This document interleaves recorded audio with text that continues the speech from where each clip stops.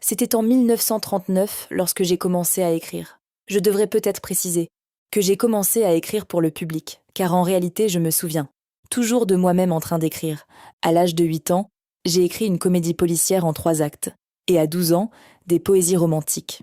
Mon enfance se déroulait dans un milieu littéraire de qualité, car mon père, en plus d'être un dramaturge de renom, était président de la Société des auteurs espagnols.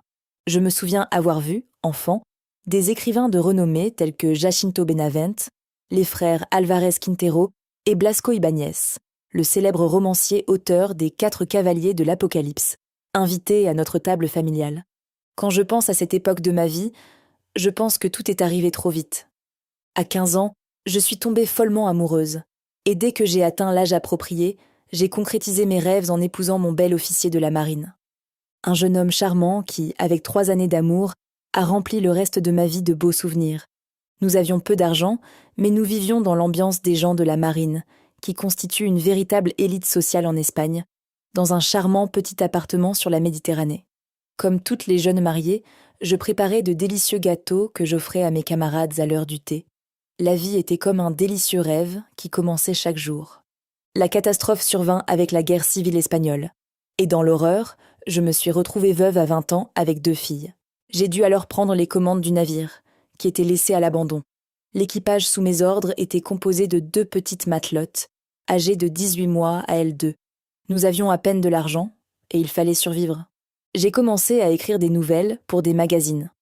Avec le premier argent gagné, nous avons acheté les chaussures avec lesquelles ma fille aînée a fait ses premiers pas.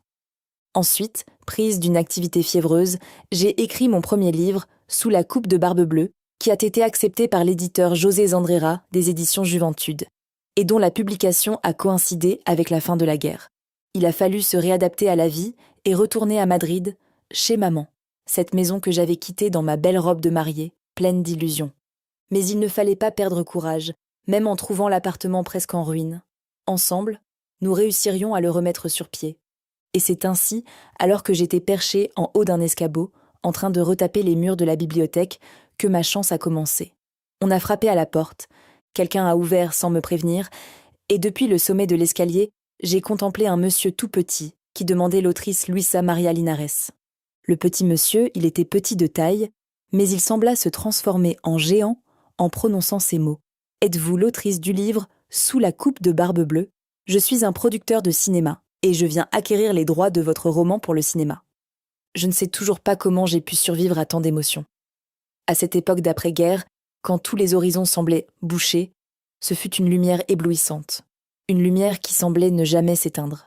À peine les droits cinématographiques de Sous la coupe de Barbe Bleue vendus pour l'Espagne, des demandes sont arrivées d'Italie et d'Allemagne. J'ai ensuite publié un nouveau livre, Un mari à prix fixe, qui a également été adapté au cinéma, remportant le premier prix national de cinématographie de l'année 1942. L'année suivante, avec mon nouveau livre 12 lunes de miel, j'ai à nouveau remporté ce prix. En 1954, la Universal Films américaine, souhaitant réaliser un film en Espagne, a choisi parmi plus de 1000 livres proposés, mon roman, Mon fiancé l'empereur, qu'elle a produit immédiatement. Je suis heureuse avec ma profession et ma chance. Mes filles ont grandi et sont mes meilleures amies. Nous nous aimons tellement que les gens nous envient notre vie charmante. Nous vivons toutes les 3 ensemble dans un appartement très gai. Toutes les 2 sont plus grandes que moi et m'appellent la petite. Je vis entourée de jeunesse, ce qui maintient mon esprit joyeux. Dans le salon, la photo d'un homme beau et aussi jeune en uniforme de la marine préside notre vie. Et moi, je continue à tisser des rêves avec ma plume, à verser sur le papier mes sentiments, mon imagination débordante et ma joie de vivre, parfois teintée d'une mélancolie passionnée. Parfois, je pense qu'à mes 30 ans passés, j'ai déjà fait trop de choses, et d'autres fois, j'ai l'impression de n'avoir rien réalisé et que tout reste à faire. Luisa María Linares.